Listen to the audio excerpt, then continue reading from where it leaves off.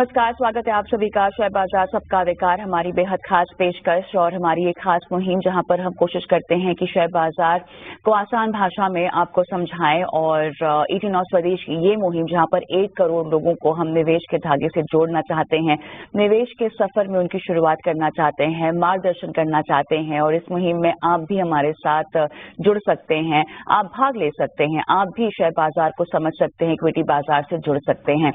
इस शो में भाग लेने के लिए हम तक पहुंचे एक क्यूआर कोड जो कि आपके स्क्रीन पर फ्लैश होगा, उसे आपको स्कैन कर देना है।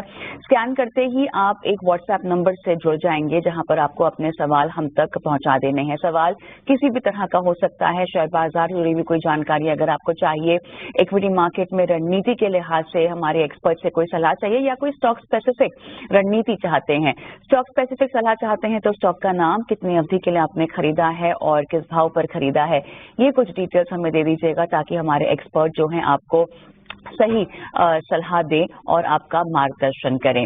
और इस शो में आपको हम फंडामेंटल और साथ ही टेक्निकल राय भी देते हैं। हमारे साथ अजीत मिश्रा जुड़े हुए हैं और साथ ही जीओसी फाइनेंशियल के गौरांग शाह भी हमारे साथ इस शो में जुड़े हुए हैं। अक्षय भागवत भी दरअसल आज आपके सवालों के जवाब देंगे। आप तीनों का एक बार फिर से स्वागत है। और देखिए, बाजार की चाल अगर हम देखें तो यहाँ पर इंट्राडे में 23,300 के ऊपर फिलहाल बाजार जाता हुआ हमें दिखाई दे रहा है और देखना होगा कि अब किस तरह से जितना उतार चढ़ाव हमने शुरुआत में अब तक देखा होगा। सेंसेक्स भी आप देखिए लगभग 530 अंक यहाँ पे चढ़ा हुआ है और बैंक निफ्टी में 412 अंकों की तेजी के साथ 52,240 के लेवल्स हमें देखने को मिल रहे हैं। कहीं ना कहीं ब्रॉडर इंडस्ट्रीज में हम देख रहे हैं फिलहाल आता हुआ और साथ ही अगर आप देखें मिड कैप भी 403 अंक ऊपर है। अगर हम इंडेक्स के लिहाज से देखें, स्मॉल कैप इंडेक्स भी इसमें भाग लेता हुआ लेकिन थोड़ी सी धीमी रफ्तार में और आधे % की तेजी के साथ स्मॉल कैप इंडेक्स फिलहाल हमें दिखाई दे रहा है। मार्केट ब्रेथ के लिहाज से अगर आप देखें तो फिलहाल मजबूती केवल 831 डिक्लाइंस है और 1733 यहाँ पे हमें एडवांसेस दिखाई दे रहे हैं। गेनर्स में टाटा कंज्यूमर 7% के पार, इंडसइंड और टेक महिंद्रा हम देख रहे हैं 2% के पार की तेजी, मारुति सुजुकी, अपोलो हॉस्पिटल, भारती एयरटेल में हम देख रहे हैं लगभग 1.5 से 2% की तेजी के साथ कारोबार होता हुआ दिखाई दे रहा है। चलिए गौरांग और अजीत के साथ हम शो शुरू करते हैं अपना। दर्शक हमारे साथ फोन लाइन पे जुड़े हुए हैं हमारे साथ। दरअसल ये यूट्यूब का सवाल है, चंद्रपुर से प्रमोद राव का हम लेंगे। एशियन पेंट्स अजीत इन्होंने खरीदारी कर रखी है और साथ ही नवीन फ्लोरिंग में भी खरीदारी कर रखी है। 3605 नवीन फ्लोरिंग में इनकी बाइंग प्राइस है 45 शेयर, एशियन पेंट्स में 2775 ये कह रहे हैं कि इन्होंने खरीदारी कर रखी है, 35 शेयर की क्वांटिटी है। समय का मेरे पास कोई आइडिया नहीं है बिकॉज उन्होंने जवाब सवाल में पूछा नहीं है। आप न्यू टर्म आउटलुक बता दें। शुक्रिया कविता। तो कविता देखिए, यहाँ पे एशियन पेंट्स और दूसरे पेंट काउंटर्स काफी टाइम से हम देख रहे हैं कि एक स्ट्रगल चल रहा है। Under performance both in terms of price action और अदरवाइज ऑल्सो फंडामेंटली भी चैलेंजेस उनके देखने को मिल रहे हैं। यहाँ पे मुझे लगता है कि नियर टर्म आउटलुक अभी भी साइडवेज नेगेटिव ही रहेगा जब तक कि आप 2500 के लेवल्स को डिसाइसिवली रिक्लेम नहीं कर लेते हैं एशियन पेंट्स में।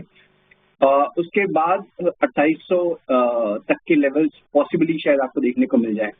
बट अगर आपका नियर टर्म का आउटलुक है तो डेफिनेटली मेरी रिकमेंडेशन होगी इससे निकल जाने के लिए, कंसिडरिंग कि बहुत सारी अपॉर्चुनिटीज है खासतौर से बैंकिंग, फाइनेंशियल्स, मेटल स्पेस में जहाँ पे कि बहुत स्ट्रॉन्ग ट्रैक्शन देखने को मिल रहा है। तो नियर टर्म में कोई लॉजिक नहीं है कि आप अंडर परफॉर्मिंग काउंटर के साथ बने रहें। दूसरा, नवीन फ्लोरिन डेफिनेटली यहाँ पे काफी ज्यादा स्ट्रेंथ दिख रही है। With in the chemical basket SRF, Naveen fluorine ये दोनों लीड कर रहे हैं। एक अच्छे मूव के बाद एक पॉज देखने को मिला है तो मेरे हिसाब से एक बाइंग अपॉर्चुनिटी है। जिनके पास पोजीशन है डेफिनेटली वो बने रह सकते हैं। 3800 मेरे हिसाब से एक स्ट्रॉन्ग बेस बन गया है, वो आपका स्टॉप लॉस रहेगा। और करीब 3-6 महीने के टाइम होराइजन के हिसाब से बात करें तो 4600 से लेकर 4800 का जोन जो इनका रिकॉर्ड हाई का एरिया है, वहां तक ये स्टॉक रीटेस्ट करने का पोटेंशियल रखता है। चलिए, तो ये है राय आपको आपके दोनों स्टॉक पर मिलती हुई। चलिए बढ़ते हैं आगे। सुनील बंसल हरियाणा से हमारे साथ इस वक्त फोन लाइन पर जुड़े हैं। सुनील जी नमस्कार। सिंह भाटी का इन्होंने जियो फाइनेंशियल सर्विसेज में खरीदारी कर रखी है। अजीत, और इनकी बाइंग प्राइस 298 है, ये बता रहे हैं। हमारे पास समय का आकलन नहीं है, बहुत गहरे घाटे में है ये फिलहाल। बिल्कुल कविता, देखिए काफी शार्प डिक्लाइन अगर मैं देखूं तो दिसंबर मंथ में करीब ये स्टॉक 330 के पास ट्रेड कर रहा था, उसके बाद एक ऑलमोस्ट एक वर्टिकल डिक्लाइन आया करीब 200 तक। अब पिछले करीब 1.5 महीने में कुछ स्टेबलाइज होता हुआ दिख रहा है ये स्टॉक, अपने शॉर्ट टर्म एवरेजेस को रीक्लेम कर लिया है और वहीं पे अब कंसोलिडेट कर रहा है, तो ये एक पॉजिटिव साइन है। मेरे हिसाब से अब एक जो 210-15 का जोन है वो एक इमीडिएट बेस बन गया है, क्योंकि इनकी काफी ऊपर की बाइंग है। मुझे लगता है काफी टाइम लगेगा, समय लगेगा, और बीच बीच में काफी ज्यादा पड़ाव आएंगे जहां पे कि रेजिस्टेंस फेस करता हुआ नजर आएगा आपको। पहला पड़ाव कोई 255-60 का जो एरिया है वहां पर, तो वहां पे डेफिनेटली इनको रीवैल्यूएट करना चाहिए पोजीशन को दोबारा से, और साथ ही साथ 210 का भी स्टॉप लॉस भी मेंटेन करें, बिकॉज इस बार अगर ये इस लेवल के नीचे आया तो पॉसिबली एक नया लो देखने को मिल सकता है इस स्टॉक में। तो एज ऑफ नाउ बने रहिए 210 के क्लोजिंग स्टॉप लॉस के साथ 260 तक के टारगेट्स के लिए। इस पर ये आपको नजरिया आता हुआ। अगला सवाल जो है वो यूट्यूब पर लाइव, इसके साथ ही हमें विदा लेना होगा और आपको आगे छोड़ जाते हैं हम कमोडिटी शो के साथ। बने रहिए टीना स्वदेश के साथ।